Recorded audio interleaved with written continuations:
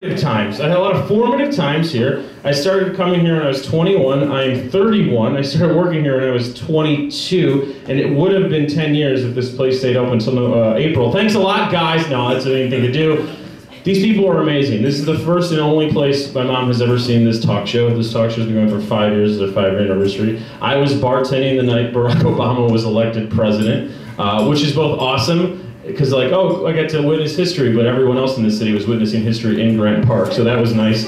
I've cried multiple times in this bar, never in front of people, and 100% of those times the replacements were playing Here Comes a Regular, and I was closing the bar at 3 a.m. just mopping and crying. That's what I'm going to take away from this place. Don't listen to the replacements alone, especially after 11 p.m., because it's a bad, you could be, I did that sober and really drunk. This place has saved my life, sort of.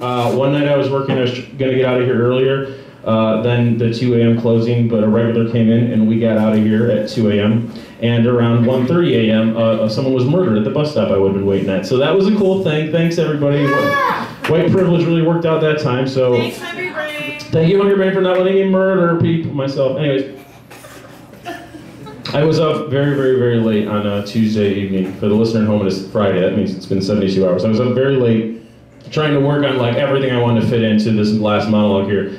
And that's a fool's errand. There's no way I could possibly fit everything in. It's not going to be close to funny, and I apologize instantly. We are going to have a lot of guests, so hopefully that evens it all out. But this is an incredibly important place in my life.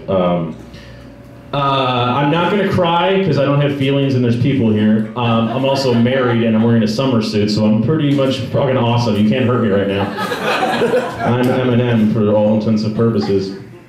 I did a monologue here in October and Luz was working and I got really emotional. And the last show I had done, this is blatantly bragging, I did a show for 1,200 people and I was not nervous in the least. And I was really nervous for 30 people at the Hungry Brain. The fact that there's like 60 people at the Hungry Brain, I don't know what to fucking say. This is so weird and bittersweet and blah, blah, blah. I honestly thought, this was the goal when I started the show. I thought, okay, in 5 years, don't laugh yet, I'm gonna have a late night show and this place is gonna be like Largo and I'm gonna be like the really rich asshole guy that like everyone pretends they don't like, a la Dave Grohl, and like fund this place and no one will ever know and people will talk shit about me, but I'll have my own little clubhouse.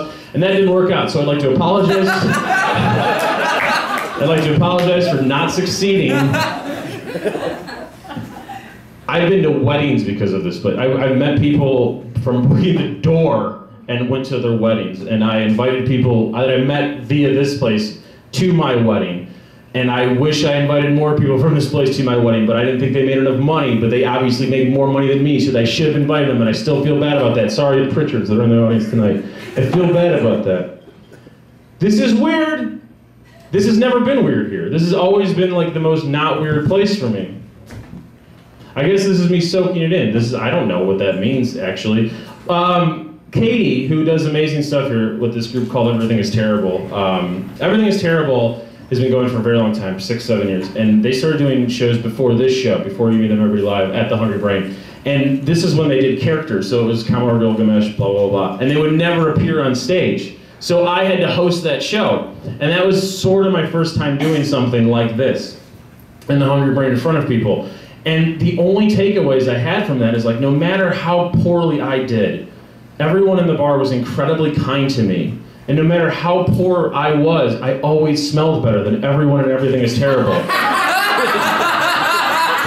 And if they were able to pack a bar smelling like 10-day-old tofurkey, I could do something. Not necessarily something good or profitable, but something. And a lot of something. This is show like 338 for us. It's not a special show because of the number. It gives a shit. The 5-year thing is meaningless bullshit. When I initially booked this show, it wasn't supposed to be the last show here. It was supposed to be the 5-year anniversary show. And now it's both, and that's a nice thing. And I have to thank, for the billionth time, I thank them every show, but I have to thank them again, Luz and Jan and Dan and all those people that let us do literally whatever we wanted. Like, they've made a lot of mistakes letting me do whatever I want here. They let me book a band called Lasers and Fast and Shit, and we blew out the power. And I'm really glad that Dan was working that night, and I'm pretty sure Luz and Jan have no idea that it happened 4 years ago, because they wouldn't let the show continue here. I met a lot of amazing people, and every single person that's on tonight's bill has been on the show before, and I can attest to their talent and the fact that they're willing to waste some time here on a very, very cold night in the end of November. So we're going to do the show now. It's going to be a lot of fun. Esmeralda's the co-host because she's supposed to be the co-host, and she's here. Ladies and gentlemen, please put your hands together for Esmeralda.